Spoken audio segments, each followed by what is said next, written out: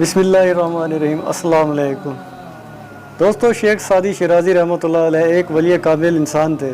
ان کا شمار فارسی زبان کے اکابر صوفی بزرگوں اور شعراء میں ہوتا ہے۔ حکایات شیخ سعدی کا ادب میں منفرد مقام ہے، ان بے پند و نسائی کا خزانہ ہے۔ ان کی حکایات میں سے چند ایک پیش خدمت ہے۔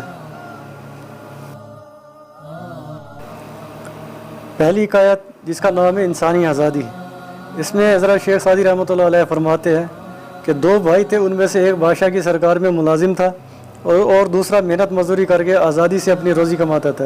ایک دن امیر بھائی اپنے غریب بھائی سے ملنے آیا تو گفتگو کے دوران کہنے لگا، بھائی میں تو کہتا ہوں کہ تم بھی بادشاہ کی ملازمت اختیار کر لو، محنت مزدوری کر کے تو تمہارا گزارا بھی نہیں ہوتا، مشکل سے 2 وقت کی روکھی سوکھی ملتی ہے۔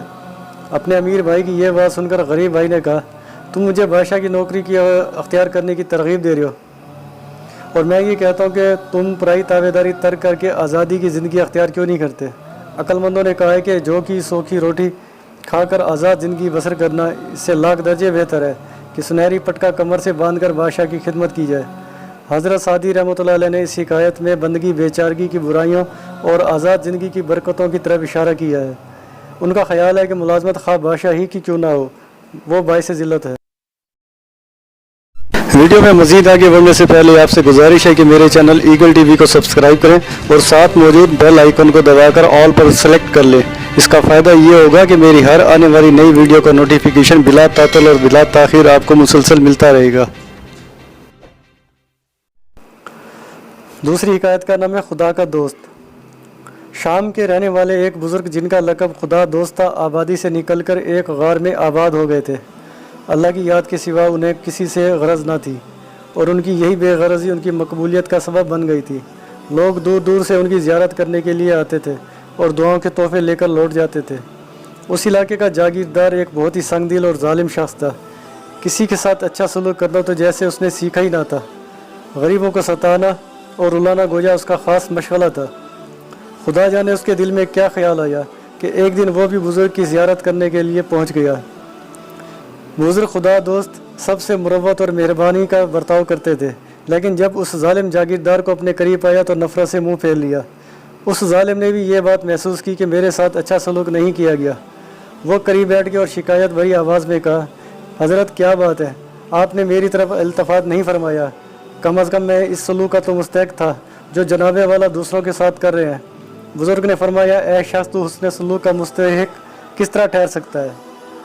تو خدا کی مخلوق کو ستانے اور پریشان کرنے والا ہے، اور ہمیں مخلوق خدا کی پریشانی سے پریشانی ہے۔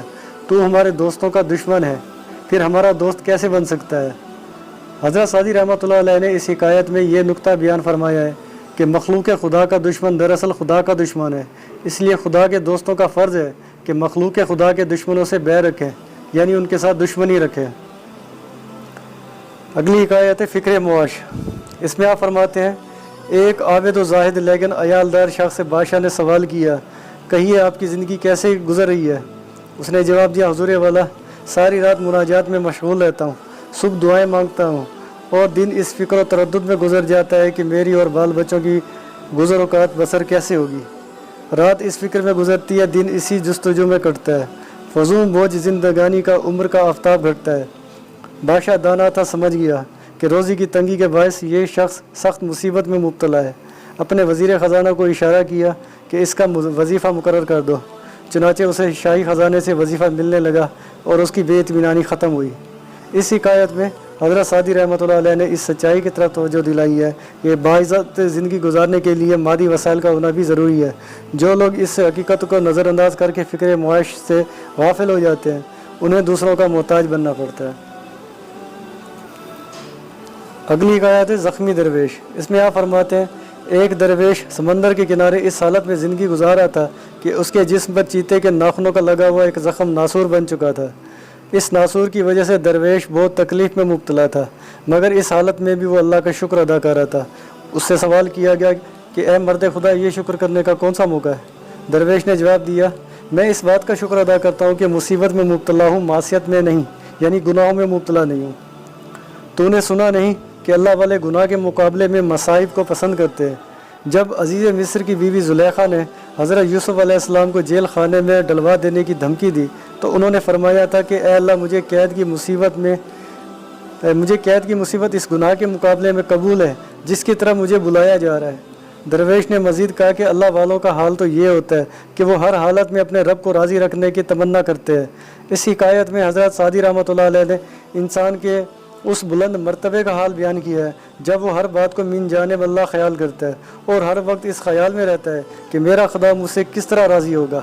یہی وہ روحانی منزل ہے جب انسان کو سچا اطمینان اور سچی راحت حاصل ہوتی ہے اور وہ خوف اور غم سے پاک ہو جاتا ہے۔